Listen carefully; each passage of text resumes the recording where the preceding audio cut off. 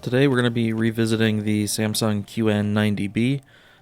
This is a mini LED QLED from 2022, and I'm making this video in March of 2023. The reason for that is this TV has undergone quite a bit of changes throughout the year with firmware updates, and also just wanted to revisit it and see if it still is as good as it was when I first reviewed it in the beginning of 2022. So this will be a fairly data-heavy review with quite a bit of charts and information.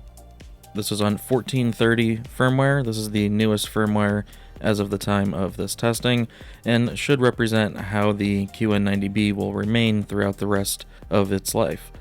Now, of course, there still very well could be more changes to come for it, but I think for the most part, it's about as settled as it's going to get. Now, another reason to be looking at this TV in 2023 is the price. It has drastically been reduced. I was able to pick up this 65-inch for $14.99. It's now $15.99, but over the next couple months, it should probably drop back down, maybe even lower.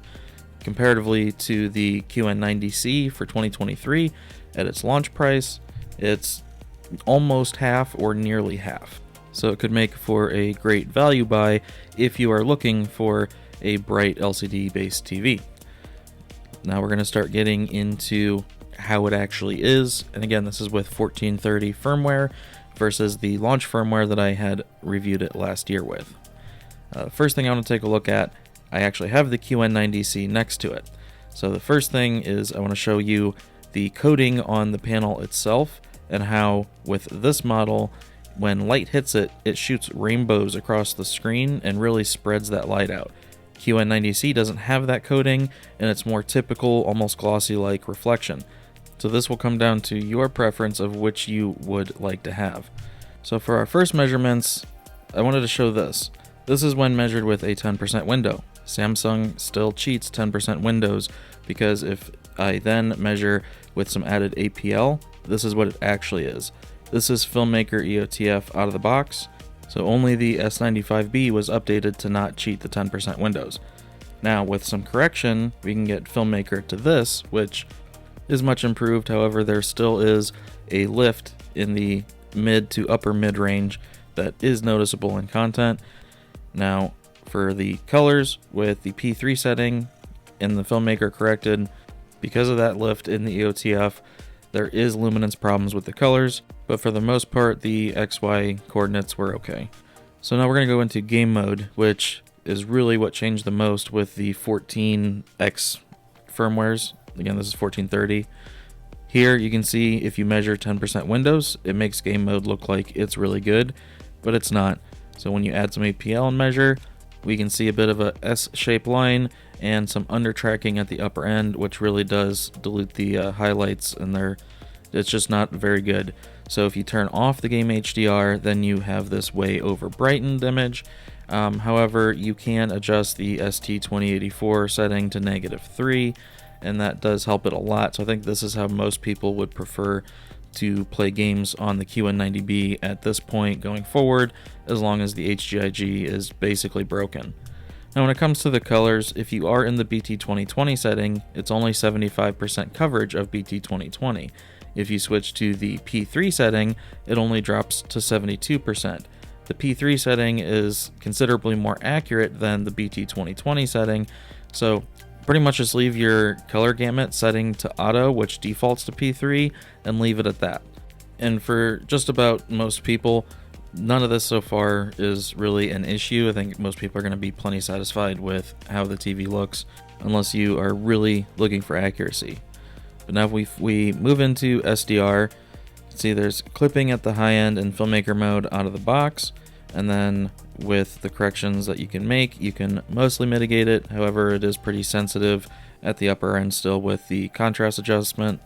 And then moving into game mode, your controls are worse and the gamma shape is worse, and there's really not too much you can do. Again, game modes on this, both in SDR and HDR, are the biggest issues for as far as accuracy is concerned. Out of the box color checker is an average of just over 3, which isn't terrible, but with correction, it does drop to a much better point, almost 0.9. And then again, game mode doesn't quite do as well, but you can still get it to a respectable 1.4. So what all of this really means is if you're an accuracy enthusiast, it's probably not the TV for you, but just about anybody else, as long as you're okay with a little inaccuracies, you should be fine. Now here's what the brightness measurements were before the calibration when the image is clipped and overly green, and then you do lose a little bit of brightness by calibrating it. However, I do not like windowed measurements because it doesn't translate into real content. So I have a previous video on a new brightness test, and this is much more representative of real content. This one in particular is for a low average picture level brightness, showing what your peak highlights are going to be roughly, which is 16 to 1750 nits, give or take. Now if we increase the average picture level brightness, now we can see more dips. And so the lower these dips go is just representing how aggressive the ABL is, because the average picture level is going up. So here's the highest average picture level that I can test with, and you see a lot more dips, and that's just showing basically how the ABL is working for the highlights, as it has to take energy from the highlights to raise the rest of the image. Moving on now, we're going to look at the hot button issue, and that's blooming. So this right here, we have normal sized top and bottom black bars, and trying to get the light to leak into those black bars and adjusting the camera to try and show that for the most part, when you have 2.4:1 content, those black bars really stay pretty black. Now if you have a really bright smaller object, like on the bottom middle right of the image here, it does leak into the black bar a little bit, but for the most part those 2.4:1 black bars really stay nice and dark. However, when we move to content with smaller black bars, so not only is this scene really showing issues with blooming in the actual content, we can see these smaller bars are not controlled as well, and they will light up. And I am changing the camera settings up and down here to show like really exaggerated blooming versus what the highlights are supposed to look like when I turn it down. But when I'm letting it go like this, that's just about how much it is in person. So again, here, turn it down, you can see the highlights, and then turn up, you can see the blooming, and then I'll put it back to about what it looks like in person.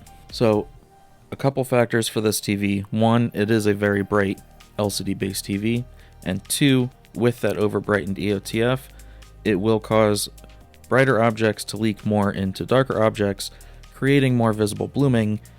So here's the QN90C on the right and the QN90B on the left, and you do see more blooming on the left with the QN90B because it is a bit over brightened versus the C. I will be doing a more in-depth actual comparison between these two TVs in the near future. Now in most scenes of most content, the QN90B is a bright, good-looking TV with pretty natural-looking skin tones and not really too much to complain about. It's really only the darker scenes with candles or bright lights or objects that could really trip it up, but for the most part, in most content, the blooming isn't going to be too distracting.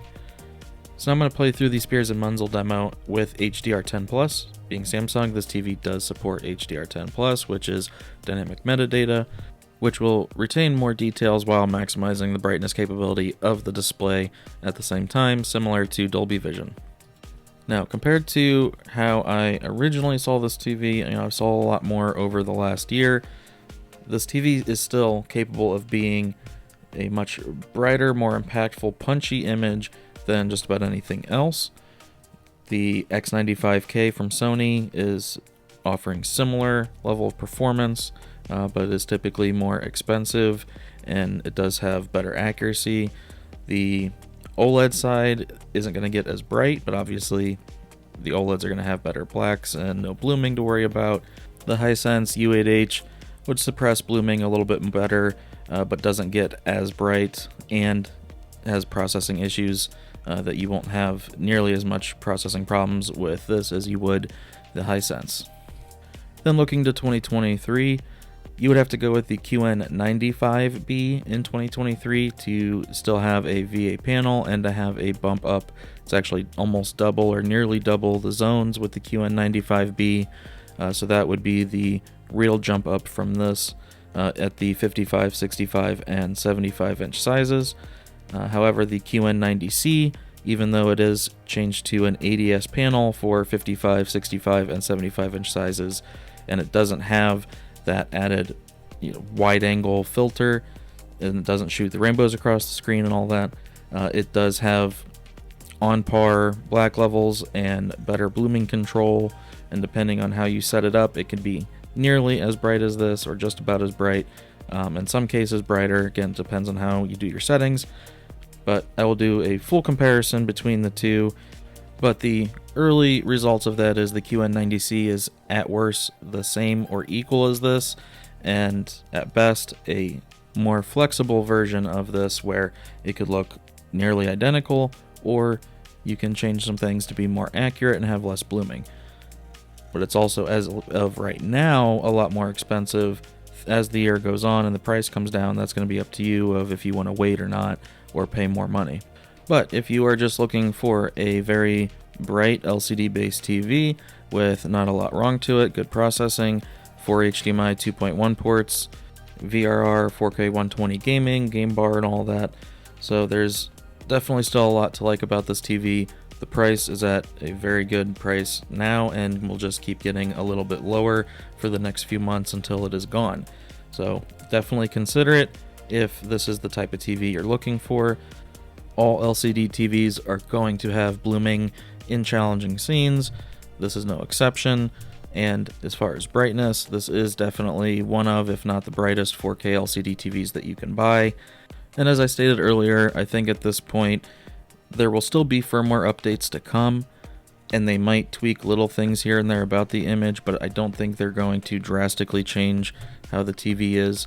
And if you are concerned about that, I would suggest, if you are going to buy it, update it to 1430, then take it offline, don't connect it to Ethernet, don't connect it to Wi-Fi, and then just get an Apple TV or something. The new Apple TV does support HDR10 Plus, and then just use it as a non-smart TV and don't update it anymore, and it could just stay as it is. And I do have a settings video for this 1430 firmware that works pretty well.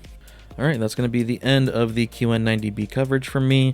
I think it's in a pretty good spot right now. It is quite a bit different than how it launched. However, I do think that overall, the majority of people who buy it will enjoy it. It's a very bright TV, and I think it's as stable as it's going to be at this point going forward. So, hope this video helped you out. And if you liked it, leave a comment below, hit the like button, let me know what you think, and that's it. So thank you all for watching. Have a good one. I hope to see you in the next one.